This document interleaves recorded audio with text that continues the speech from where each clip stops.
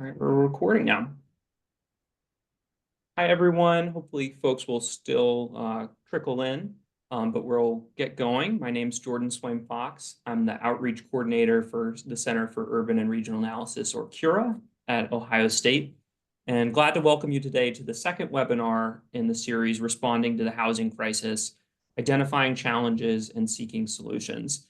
This series is co-sponsored by CURA and the Mid-Ohio Regional Planning Commission. And throughout the series, we're hearing from experts on key factors and considerations for the housing crisis in Ohio and beyond. Today's guests, Mya Frazier and Jyoshu Tsushima, will discuss the eviction crisis facing Central Ohio. But before we introduce our speakers today, I just want to mention a few quick logistical items. If you require closed captioning, you'll find a box at the bottom of the screen labeled CC. You can click this box and select Show Subtitles to view subtitles during the presentation. And during the webinar, we encourage you to submit questions using the Q&A box. You'll notice that the chat is disabled, but we'll answer as many of the questions that you put in the Q&A box as we can before the end of the presentation. And you can also use this function if you have any information to share with the event organizers. You might have seen on our website, this event is approved for one AICP CM credit. And to claim your CM credits, you can log into your MyAPA account at the end of the webinar and enter the event into your online CM event log. I'll also note that we'll have a brief survey that pops up at the end of the webinar. We'd love for you to complete this if you have the time, and your feedback helps us improve these events. And then if you have any other questions relating to this webinar, you can email me at swaim-fox.1@osu.edu, and I'll put my email in the chat. To learn more about CURA's future events or to sign up for our newsletter, you can visit cura.osu.edu. You can also like us on Facebook and follow us on X and Instagram. And you can learn more about MORPC's work and the many events that they put on at morpc.org. So with that, I'll pass it over to CURA's director, Harvey Miller, to introduce our speakers and kick off the conversation. Okay, thank you, Jordan, and welcome everyone to this latest event in our webinar series this autumn on the housing crisis, identifying challenges and seeking solutions. Again, we want to thank the Mid-Ohio Regional Planning Commission for co-sponsoring this webinar series. And I have the privilege and honor of introducing our two guests this afternoon, Mya Frazier. Mya Frazier is an independent journalist based in Ohio whose work focuses on the power of the U.S. financial system in the lives of low-income Americans. She has written features and cover stories on credit scoring, housing insecurity, and inequality for the New York Times Magazine and Harper's. She is at work on a book for Knopf about the credit scoring system and poverty. She has received journalism fellowships from the Knight-Wallace House at the University of Michigan, the McGraw Center for Business Journalism at the City University of New York, the 11th Hour Food and Farming Program established by Michael Pollan at the UC Berkeley Graduate School of Journalism, and the Ira A. Lipman Center for Journalism and Civil and Human Rights at Columbia Journalism School. She is a 2024 fellow at the Watchdog Writers Group at the University of Missouri's School of Journalism. She previously worked as a business reporter for the Cleveland Plain Dealer, the American City Business Journal, and Bloomberg Businessweek. Also joining us is Jyoshu Tsushima. He is a managing attorney at the Legal Aid of Southeast and Central Ohio. In 2017, Jyoshu started the Tenant Advocacy Product, also known as TAP, an eviction prevention clinic at Franklin County Municipal Court. TAP has provided thousands of tenants and their families with legal representation in a court where over 90% of the landlords are represented by eviction specialists, something I think we'll hit upon during this conversation this afternoon. In addition to eviction litigation, Jyoshu has an interest in consumer protection for tenants, automation in property management, sometimes called Proptech or landlord tech, landlord-tenant policy, and rental market systems. So welcome both of you. Thank you for joining us today for this conversation. So we're going to handle this webinar in a little bit of a different way. Usually we have presentations followed by Q&A. We're just going to go through a conversation among the three of us with some questions. And we're also, again, encourage you to submit questions in the Q&A box, and we'll open it up. And Jordan will go through some of the questions a little bit later in the webinar as they appear. So let's get started with some questions. Let's first talk, Maya and Jyoshu, about an overview of eviction. So Maya, you've done extensive reporting on eviction courts in Columbus, and Jyoshu, you have represented many tenants in housing court. Can you give us a sense of what the eviction process looks like from an initial notice to a court appearance? Yeah, I could start with that, Harvey. Thanks for inviting us today for this conversation. It's kind of all I do, so it's good to have an opportunity to really share what is honestly a fairly misunderstood process for most folks outside of the housing or eviction realms.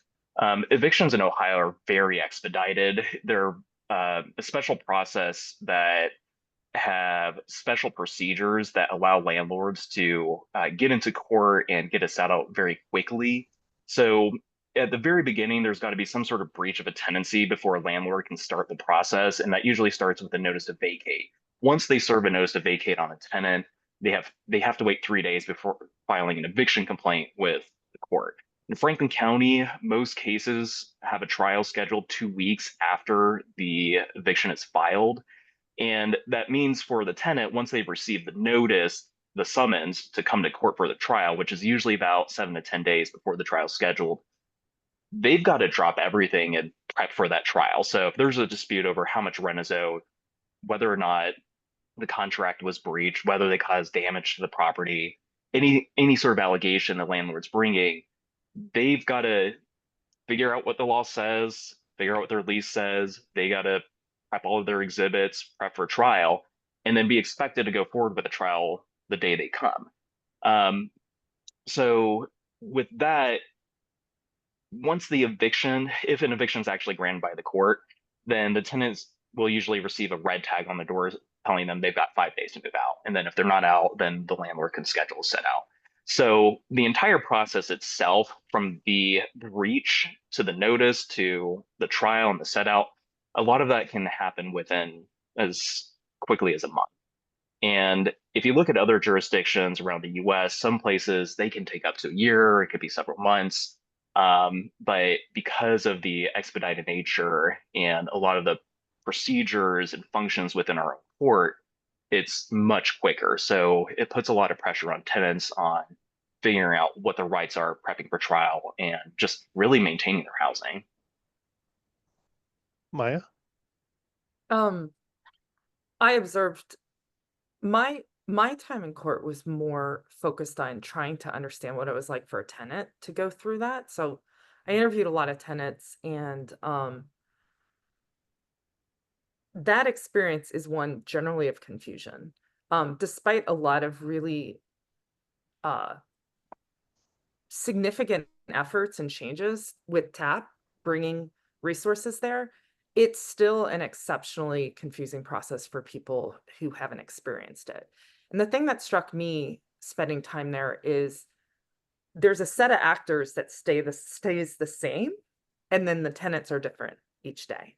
And so you have this situation where there's this normalization of process and everyone understands it because that's what they do every day. And then you have people coming in for the first time, often, I mean, sometimes multiple times, but it's that being able to navigate that for the first time is really burdensome to people. And there's also what I found to be fascinating from a process standpoint in Columbus is some of the restrictions that Jyoshu and his team have about reaching out to people. You know, there are some restrictions on how they can approach tenants. So there's kind of this reality where if a tenant is not aggressive about seeking help, they're really lost. And so there are tables, there is some help there, but a lot of folks come through with zero legal representation at all. The other thing on process is often people have to come back multiple times. So things don't often get resolved the first time they come. And there's a woman that didn't end up in the story that I followed, and for like 6 months, she had to come back and forth 4 or 5 times. She missed work. She, she had to deal with childcare. I mean, the burdens of the procedural process are enormous in people's lives. So that's an enormous challenge. A day of missed work when you're already burdened financially, and you're not going to get paid sick time to go to eviction court for the day. And there's also an issue procedurally that I think people don't understand that struck me as really tough on people is you get a time. And so you think you have an appointment, but you don't have an appointment. You're in basically a cattle call and you're just waiting. And oftentimes people wait for hours and they might be on the second docket. They're not on the first docket. And so they can spend, 4 hours at court, before they're even heard. And so that's incredibly burdensome. So from, there's the legal story on that, but then there's also just the way people walk through the process. And I just found that process befuddling, confusing, very, very difficult for people. Yeah. And Harvey, if I may add just real quick, just to emphasize Mya's point, a lot of my clients, the tenants, they don't even know they're coming to court for a trial. They just think they're coming to court to try to get things figured out. They don't understand that they need to even take the steps that Mya's describing, that I'm describing, understanding the confusing process itself. But it's just it doesn't register. And part of it's because the summons doesn't really clearly explain what is the expectations. And that leaves them oftentimes off guard when they walk in, and it's that moment they come to court, they realize how serious the process actually is. Well, yeah, in your article in Harper's Magazine, Mya, and I want to recommend this article. It's really a vivid description of this process and the barriers that tenants face. It's called The Eviction Experts, and it was published in what was the date again, Mya? Sorry, I don't have you don't have it either. I think it was the April 24 issue. Right. Okay. Yeah. But really, I recommend this to our viewers. Let's drill down to this imbalance of power between landlords and tenants. Can you give two of you give the viewers a little more of a sense of what that imbalance is like and what are the barriers are that tenants face in accessing legal representation? I'll start on that. There is one eviction firm in Columbus, Willis Law, that handles the vast majority of eviction cases for Columbus-based landlords. Well, let me clarify, not just because most of the landlords are not based in Columbus. So, I mean, we have a lot of outside investment. So just landlords that own property in Columbus, to clarify. So, he's Dimitri Hatzivotinas, who's the managing partner of that firm. Brilliant attorney, has been doing this for a long time. Has a team of expert attorneys that are really, really good at their job. And that is what, when a tenant comes in, they are going up against a really good firm who knows what they're doing. And that sort of created this environment where, despite the sort of valiant work of TAP to provide, legal representation, they only are able to, Jyoshu, what's the number? Is it like you represent about 9 to 10% of the tenants that come through? The total number of evictions filed, it's probably around 10 to 15%, depending on the month. Okay. No, that you're able to help, but the right. Most landlords have, almost exclusively have attorneys. So the situation of a landlord coming in without an attorney is very rare. So there's just that imbalance, and this firm has developed a very profitable model, and through their expertise and reputation, continues to sort of aggregate and monopolize the demand for representation for landlords. And so and they're good at what they do. I mean, they get set outs, they get the evictions when the landlords want them. So tenants are up against that. I mean, there's other factors, but I think in the context of Columbus, that's probably the most important thing for people to understand, is how sort of one firm is sort of doing the bulk of the evictions in Columbus. Yeah, and I was running the numbers recently, and Columbus already has a disproportionate number of evictions in the state of Ohio. So about 18% of renter households are in all Ohio are in Columbus, but we're doing about 23% of all evictions in Ohio. And Willis, they do more than half of the evictions in Franklin County. They also do evictions in a lot of the neighboring counties as well. So you've got a firm with maybe 5 attorneys that are doing eviction work that are responsible for at least 10%, maybe 15% of all the evictions filed in Ohio.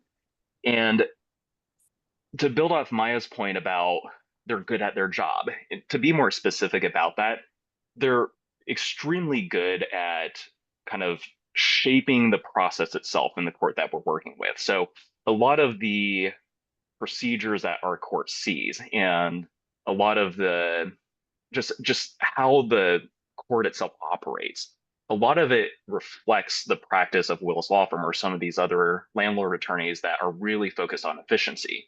So, and I invite anyone on this call or on this presentation, come to eviction court. You can see it in person. These are public hearings. And one of the things that you'll notice is that a lot of even the minute details with how the court operates benefit the landlords and create a burden for the tenants. A good example is, I was just thinking about this morning. When traffic is bad and you're having a hard time getting to court and you can't find parking, if a tenant cannot find parking and they do not make it to their hearing on time, they get evicted.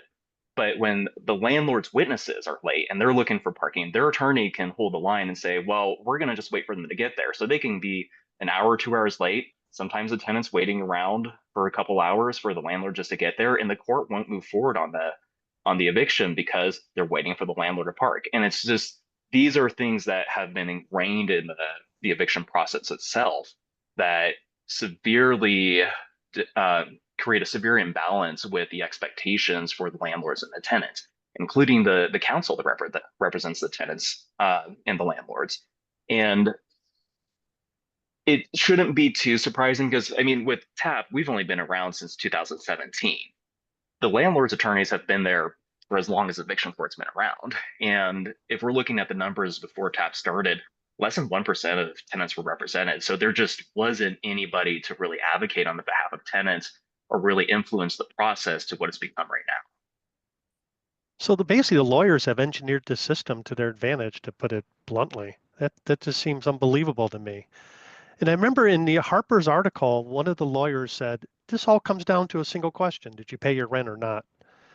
And to say that's reductionist, we put it mildly, but what is the responsibility of our legal system in conveying a more nuanced and empathetic story about the circumstances that lead to a possible eviction? Is that the job of our legal system or someone else's job? Well, that's our You're legal right. system, Yeah. the law in Ohio. So Yeah. I think there's, that's all it takes. I mean, if you haven't paid your rent, and that can be proven in court by law. I mean, correct me if I'm not the lawyer here, Jyoshu, but my understanding is that that's enough. And so the interesting that, I mean, there is some really good scholarship about whether or not telling a tenant's story is actually helpful within the context of the court process. And there's sort of debating views on that, is whether or not being able to articulate, sort of a sad story about a tenant is actually going to be helpful and change the outcome. I mean, I think that was one of the things that was most shocking to me once you spend time there, is you kind of think there's going to be and on occasion, there's a little bit of leeway where tenants kind of get to, quote, tell their story, but that's very rare. It is very procedural. It's very perfunctory. It's very much about dates and times and when notices went out. And so the time to sort of, plead your, your human needs, your needs for shelter, the fact that your children could end up homeless, you don't hear that in court. Or what led to this circumstance? we don't hear about that either. Well, it's not really according to the laws in Ohio, it's irrelevant. So you're dealing with that. Now, it was different during the pandemic because you also had this infusion of cash for the first time. And it was fascinating to I hadn't spent a lot of time in court before the pandemic. So, my experience is pretty much, since the pandemic starting, observing what was going on there, and for some other pieces that I did. But that infusion of cash did change the dynamic significantly because it was actually people felt good in court for the first time. That was one of the shocking revelations, like even talking to some of the judges and talking, to Jyoshu, and there's a lot of different actors within the court system, but there was help. Now the issue now is that's almost gone. So it's kind of going back to where it was before, and which is an interesting shift in sort of the sort of social dynamics of the court. Is you had a way to help people, and now that's gone. And I haven't been there as much lately. Jyoshu, that strikes me as interesting. Has that dynamic? I'd be curious, just like how that dynamic is changing as the money is dwindling. Yeah, and I think there's a lot of points that I should probably bring in response to Harvey's original question about like what is the legal system's responsibility. Oh, sure, yeah. And kind of just also incorporating that point as well, Maya. So I think the first thing I would respond with is that it's really Dimitri's framing of it's just a question of whether or not the rent is paid or not is a oversimplification of the legal process itself. So there are often protections that tenants are entitled to that if the narrative is solely focused on whether or not tenants paid, it tends to overlook the protections that are actually built into our laws. So for example, City of Columbus has a pay-to-stay protection. So if a tenant offers their rent late, then the landlord is required to take it as long as they're offering the entirety of what's owed. But when you go to eviction court, what you'll often hear from the Willis law firm attorneys, including Dimitri, is, oh, that protection doesn't exist, or you owe for a bunch of other fees, or we're going to evict you anyways. And there's a lot of tactics that are often used by landlord attorneys to pressure tenants into ignoring the rights that they're entitled to, or persuading the court to ignore the rights that the tenants are entitled to. It's a very expedited process to the point where the court doesn't really have adequate time to pay attention to the nuances of each case. So, just yesterday, Wednesday, we had close to 200 eviction cases scheduled for a 3-hour period in front of one magistrate. How are they supposed to be spending the time necessary to evaluate what the nuances of the legal protections are for each tenant coming through? And that is leverage for landlords in forcing tenants to look away from what they may be entitled to, or at least scaring them into a deal that really they shouldn't be taking.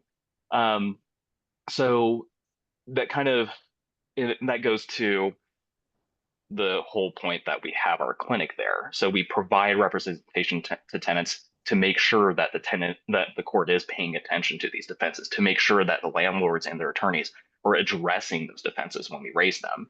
So, in the reality is, yes, many tenants are just behind on rent and they don't have any legal defenses. But I would say maybe about half of the clients we represent are usually able to find some sort of defense to work with, which doesn't seem like it should be fair. If they had defenses in the first place, then why was the eviction filed?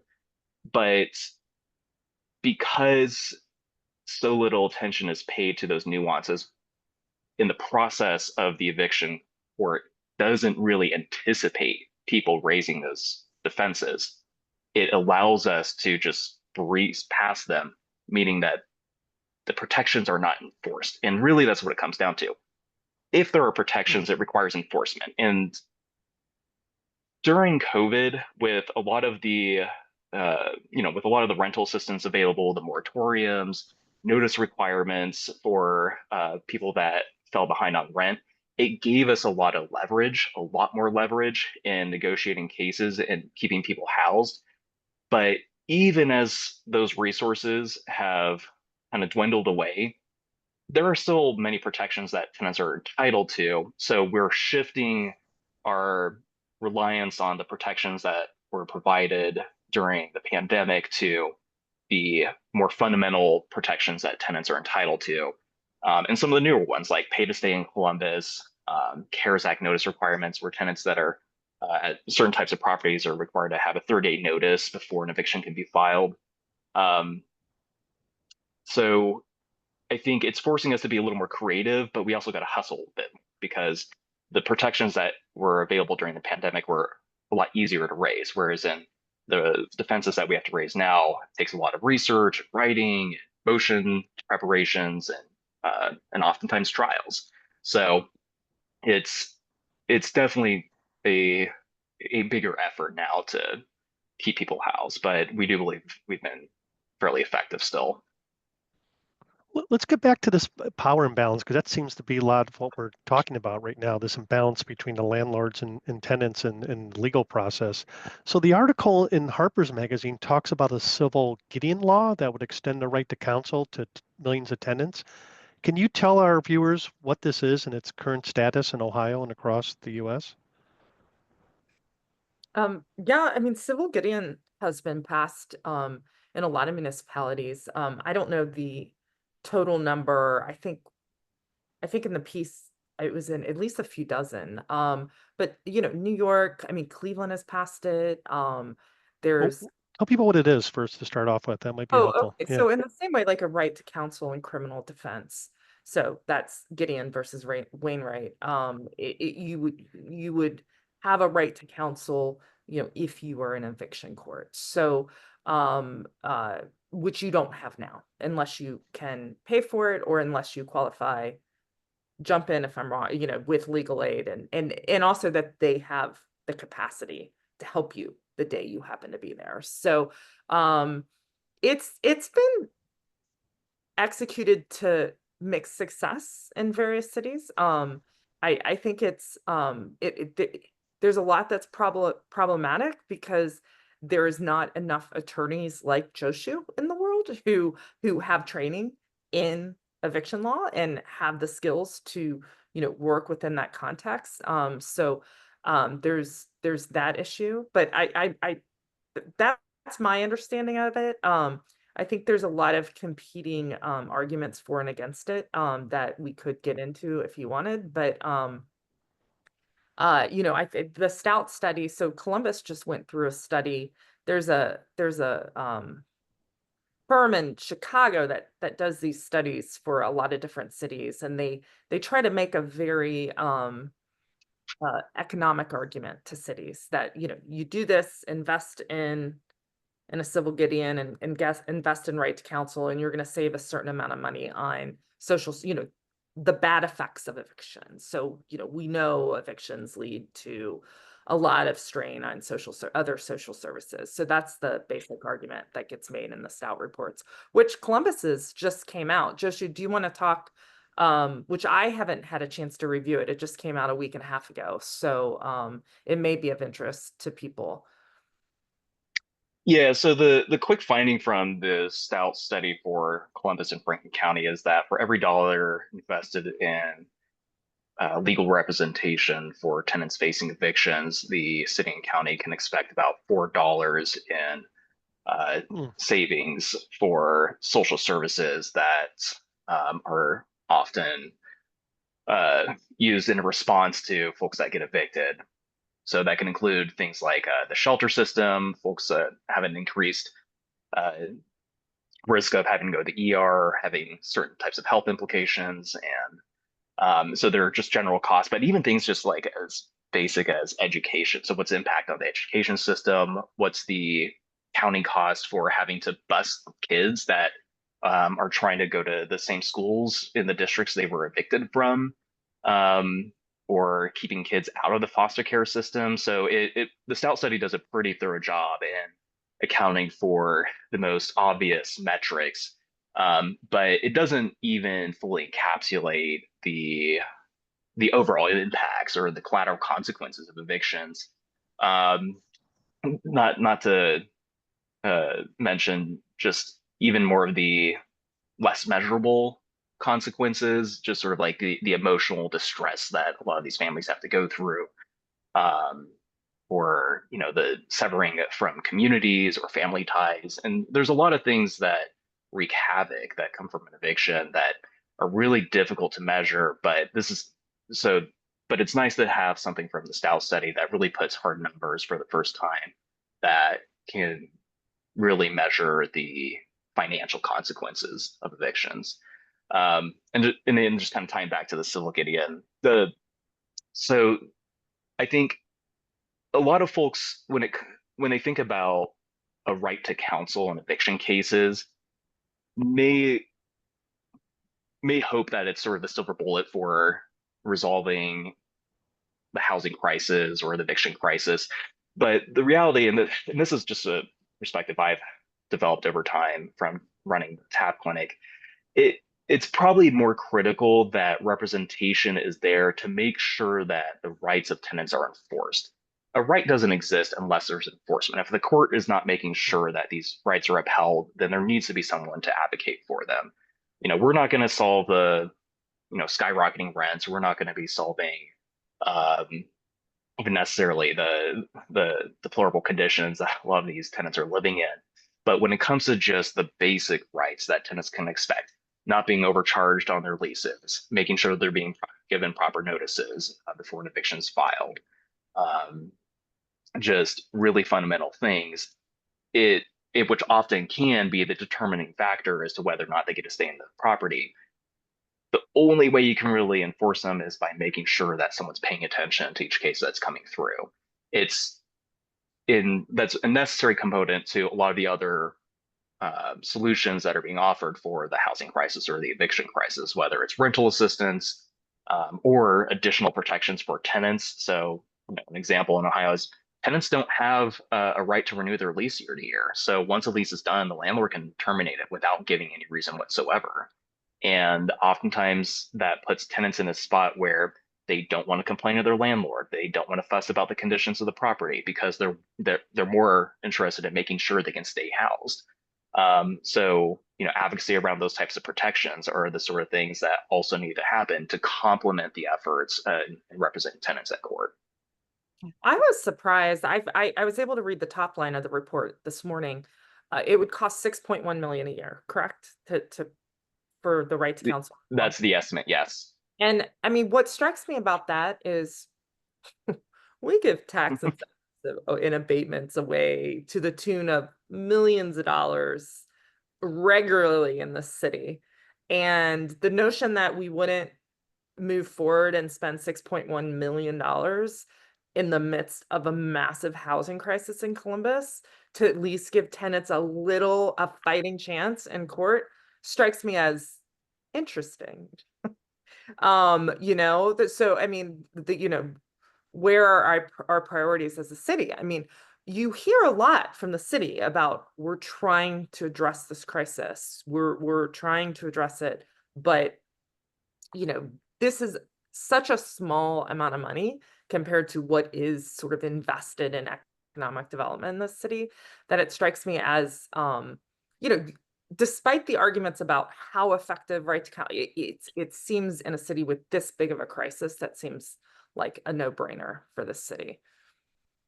Well, let's talk a bit about the current eviction crisis in Columbus. And, for the last several years, the number of eviction cases have risen significantly in Columbus. And I think the article says we have more evictions in Columbus than Chicago. So what are the factors behind this? And are they unique to Columbus? You mentioned already about the lack of legal protection, but maybe we should drill a little down into that a bit. There's no single thing that really contributes to that, but I think overall, it's really just how whittled down the process it has become for evictions, and honestly, how cheap it is to file them. It costs $123 to file an eviction in Franklin County, and that's Is that low compared to other places? It's it's fairly low from my understanding. I mean, like some place it's going to be a couple $100 outside of Ohio. I've heard up to $1,000 for some. I mean that, and if you're doing things in mass, just a few dollars can make a big difference in the way that you set the deadlines for when you file an eviction or how much time you give a tenant to get caught up on rent. And and this is going to bleed into some of our discussions about the Proptech, but a lot of these systems are designed for maximizing profits. So is it more cost effective to just file an eviction every single time a tenant falls behind on rent, and expecting tenants to pay for the filing costs and paying for the attorneys that are filing these evictions? Where is that balance? Should you file? Should you not? Well, a lot of the software that's being used these days have figured out, the right balance of when to file and when not to, depending on the costs and all those other factors, to maximize when an eviction is filed. And I say that just from the experience I've had from my own clients, the number of times that I've gone to eviction court representing a tenant, investing, let's say 10 hours, looking over records, doing my research, and to be confronted with a landlord's attorney and saying, well, we haven't even talked to our client yet. We have no idea what's going on. They don't know. They've been Willis Law Firm, they are taking on 50 to 100 cases a day within a 3-hour period. It would be absurd for an attorney to understand the ins and outs of every one of those cases. That's not their design. Their design is, we're just going to make this as efficient as possible without having to focus on the details. We're going to tell the court that the tenant's behind on rent, but they've never reviewed the ledger. They've never looked at the accounting. They've never read the lease. They're going in there with this assumption that the court's going to find in their favor because they're going to say the magic words, but they're not actually focused on the reality of what's actually happening. So I hope that addresses that a little bit. Mya? Well, I think you were asking for an explanation of why evictions are so high in Columbus compared to regions. I mean, and I think that the trajectory of evictions, if you look at the data, has really just ballooned in the last 10 to 15 years in Columbus. And I think we all know what's happening. I mean, most of us are in Columbus. We've seen this massive, explosion of development and higher end properties within the city. And there's just not enough low income housing for people in Columbus that's affordable. So, and we're seeing that dwindle and dwindle. We're seeing, the renovations of what was once, an affordable apartment building no longer being affordable. Within the broader context of the city, we see much more subsidy for higher end development for housing than we see for low income affordable housing in the city. The priorities of the city are very skewed towards high end development. Yeah, and the incentives to flip properties as well kind of adds pressure to that as well. So if a landlord knows that the eviction process can get the tenant out quickly so that they can renovate the units and try to make them higher end units as well, it makes there's a lot of pressure to try to bring in those crowds. And that's one of the reasons why you see a lot of these flipping of properties. And even that, like, there's not a lot of enforced regulations around, say, wholesale flipping.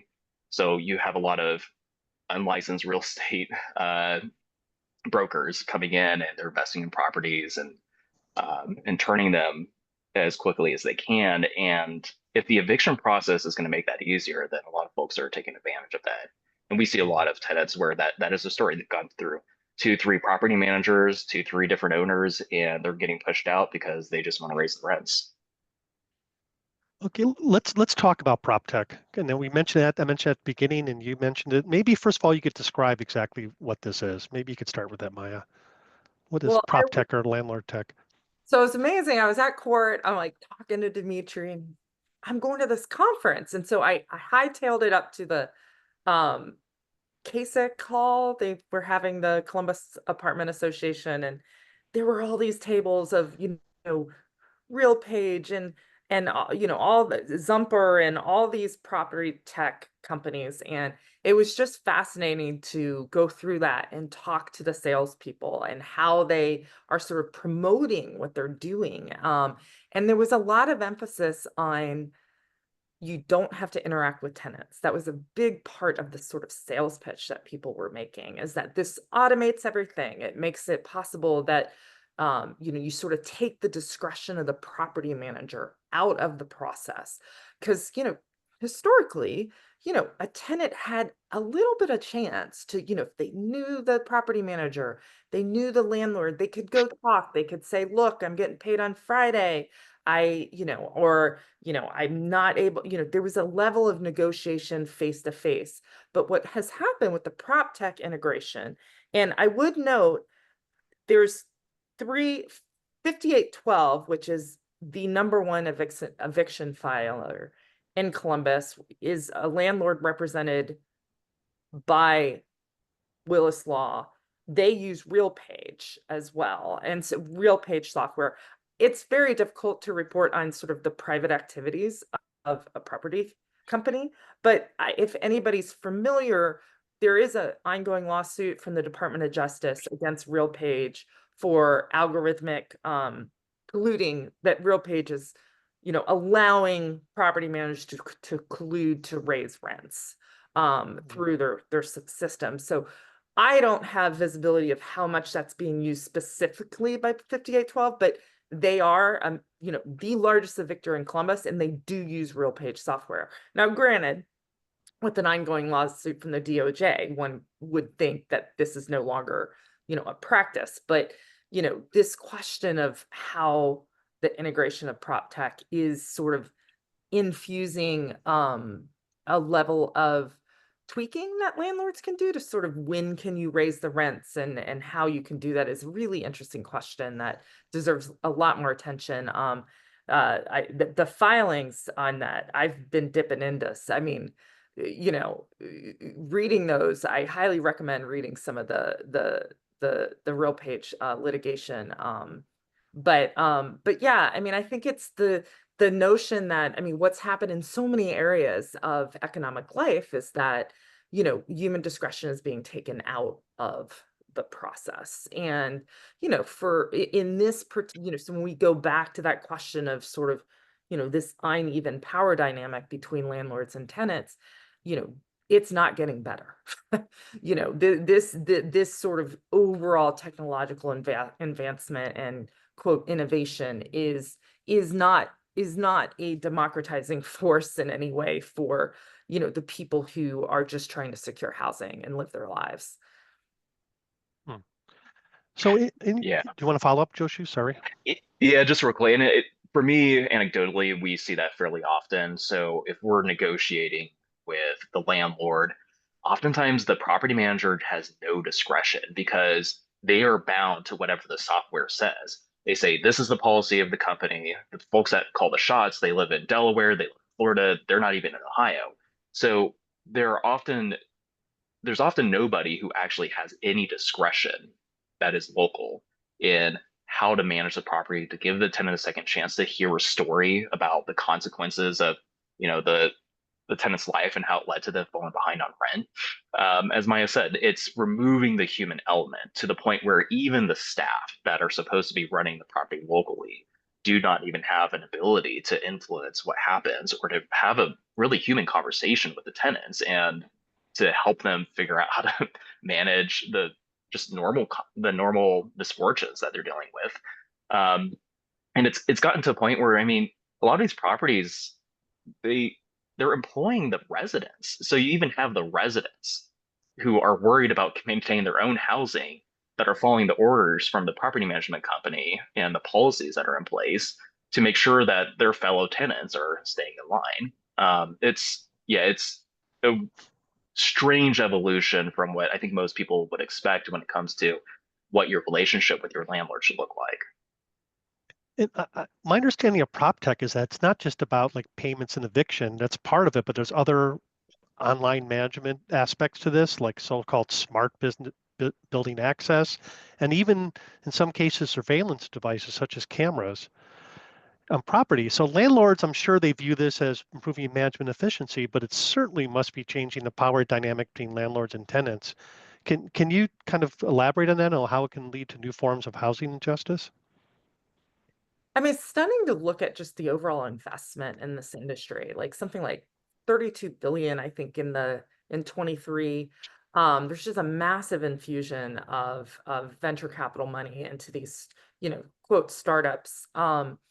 And where that, I mean, the thing that interests me the most about that is the level of granularity that this new sort of industry has created for property investment. So it's a level of really discrete understanding of profit and loss across every single aspect of your every property. And so I think that when it comes to that, in the past, there was at least some blind spots. Like they didn't know, maybe where, where some of the losses were, or, the contribution of, a tenant who, well, yeah, maybe that, I don't know fully on that, but you must, it's striking that you have this situation where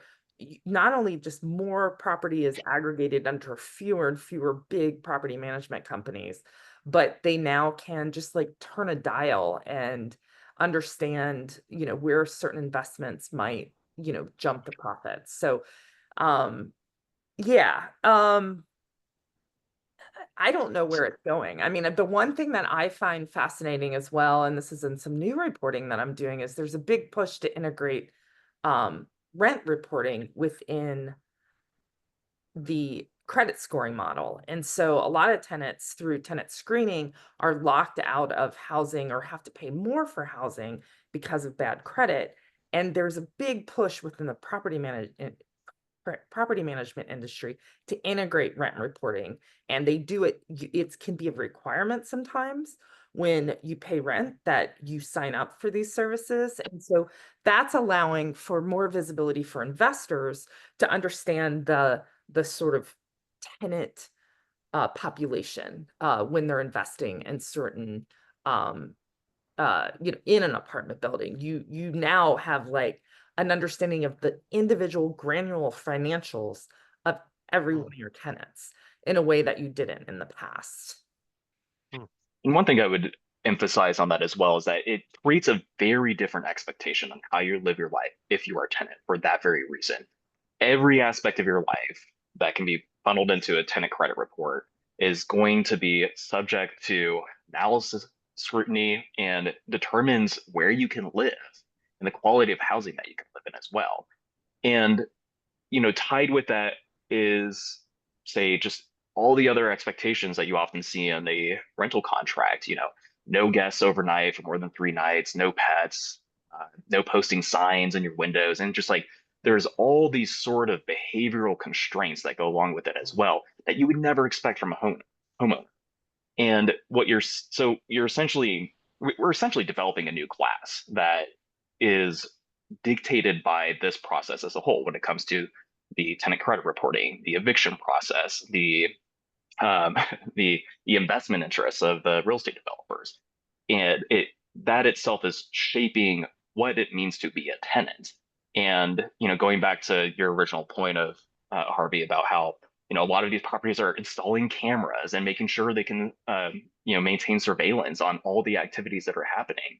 It's a fairly massive effort to really dictate what the behavior of tenants should look like and make sure there's a real consequence as to whether or not they can be housed or not, to make sure that they conform to those expectations. Scary indeed. Let me turn to some questions from the audience at this point. We have a question from an anonymous attendee. What role does the state of Ohio play in this? Does the landlord-tenant law impact the way eviction court plays out compared to other states? And this person is thinking of interventions such as just cause eviction provisions. So yeah, I mean, the courts are required to follow whatever's in Chapter 1923 and 5321, which is the Landlord Tenant Act. So in terms of like what protections are available, something like just cause evictions would have to be legislated and incorporated into existing protections. So there is room for influence by the legislature as to what the expectations should be in landlord-tenant relationships. I think there was a mention by Sarah Douglas in the chat about Senate Bill 245, which would tie into that. So Senate Bill 245 has kind of a plethora of potential protections for tenants, both something kind of like access to counsel in eviction cases and record sealing. So making sure that tenants who have old evictions that shouldn't really impact their credit, those get taken down after a few years. So now as to where things are at with the Ohio State Legislature, I don't know. We're not really sure if anything's going to be developing anytime soon that could really meaningfully impact the current state of evictions or just access to housing. I mean, I think it's pretty safe to say we have a pretty strong Republican-controlled state house. Yeah. That the idea that we're going to have some sympathetic, sympathetic to tenants, new laws passed that would sort of upset this balance that we've been talking about this past 50 minutes. I think that's not likely at all. So yeah. Let me go to another question from the audience. This is someone they're asking, can you provide recommendations on what we can do to solve some of these issues? And they point out that some here in the audience are employed by the county and have jobs to support the ones who are directly affected by these issues. What can we do? I would say go to eviction court first. Like if you really want to understand how this process works and think about where you may be in that entire ecosystem and what your capacity might be and how you can respond, just go to eviction court and then whatever questions you have there, follow those. I mean, there was another question earlier from an anonymous attendee about, what started me looking at evictions earlier. I mean, it was really just going to eviction court and being just absolutely appalled by just how whittled down the process was. But in order for me to understand what I could do, I had to understand the process. So I just started going to eviction court more. I would have questions. I would talk to some of the staff. I would talk to the clerk's office. And it's by understanding all the little details and knowing what I could and could not influence or have a discussion about that's kind of what's led into me developing the clinic that I have and a lot of the advocacy that we do from our clinic. So it's, just go to eviction court, understand what's going on, read these articles that we've posted in the chat. It's just understand what's happening. And then once you feel like there's something that really catches your attention, follow up. I mean, since you probably don't have time to do all that, it's a great idea. But I think a really important thing for people to understand is the private rental market is brutal for people, and to start letting that seep into how you think about development in Columbus. And I think it's very important for people to recognize that this situation is not going to get better in Columbus. There's marginal efforts to build more affordable housing in Columbus. It is a drop in the bucket compared to what is necessary. I think, realistically at the city level, people need to recognize the fact that this problem is not getting better despite a lot of efforts and even the work of TAP, that where we're heading as a city and where the growth projections are, if we don't figure out a way to address the brutality of the private rental market in Columbus on a more macroeconomic level, I think that we're going to see evictions continue to rise in Columbus. So, recognize the fact that, we need more public and social housing in Columbus. We need more affordable housing. And we cannot keep incentivizing and subsidizing high-end development in the city.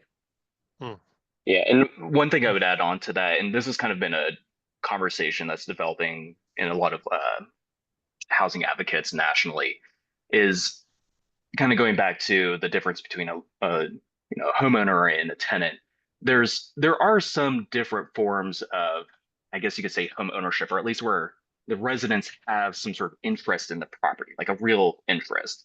A good example of that would be a housing co-op, not like the hippie kind of co-op, but like a HUD subsidized co-op where you could have an apartment complex that's owned by a nonprofit where the members are the residents themselves. It's very similar to, say, like a condo, but without the same financial barriers that a lot of low-income households have.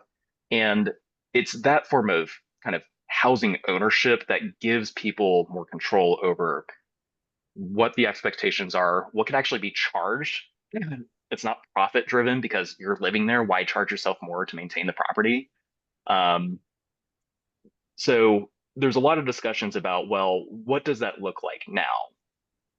Most of homeownership tends to focus on single family homes, but that's not the reality in a lot of larger cities. You're dealing with large complexes that have complex needs when it comes to maintenance and financing, but there are options and strategies that are developing that still allow the residents, the people that actually live in the building, to have some sort of say as to how they're going to maintain the property, how they're going to manage the property, rather than having some sort of property management company or investor be the ones to dictate it. Because if you have that sort of outside influence, then the incentive is always going to be profit, and it cuts out any say from the people that actually live there.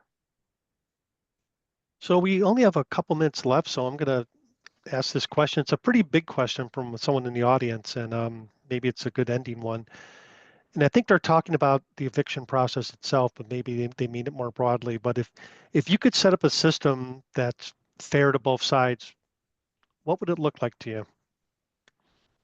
I definitely think people need more time. I think in Ohio and in Columbus, the time frame with which once you fall behind on rent that you can lose your housing is so short that we give no room for just life. I mean, life happens to people. Why is it that you can be evicted within 30 days? Why, like other states, it tends to be 6 months to even a year. The process tends to play out. I would think one of the most critical changes could be giving people more time. Jyoshu? I would love more time. Makes my job a lot easier because we're often in a rush. We take cases on the day of trial, so we often only have hours if we're not able to get the case rescheduled. But yeah, time is definitely a significant factor. But then it just also coupling that with giving tenants access to the resources necessary that help them understand the process, understand what resources are available to assist them in getting caught up on rent or finding new housing, and understanding what their actual obligations and rights are. And I think, and that takes time. It has to be coupled with getting more time.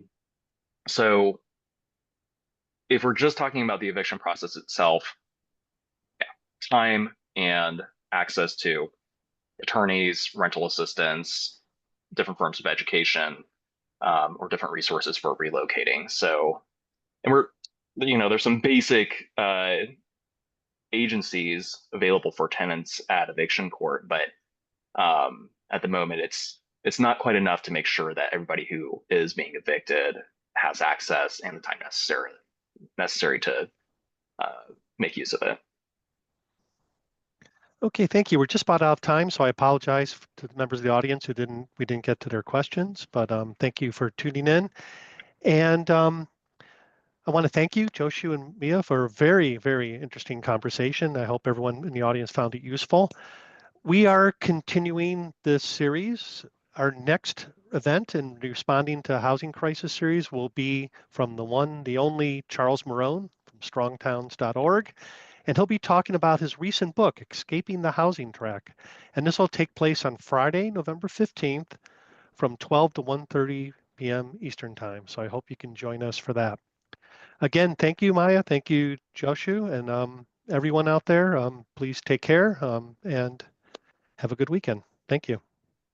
Bye-bye.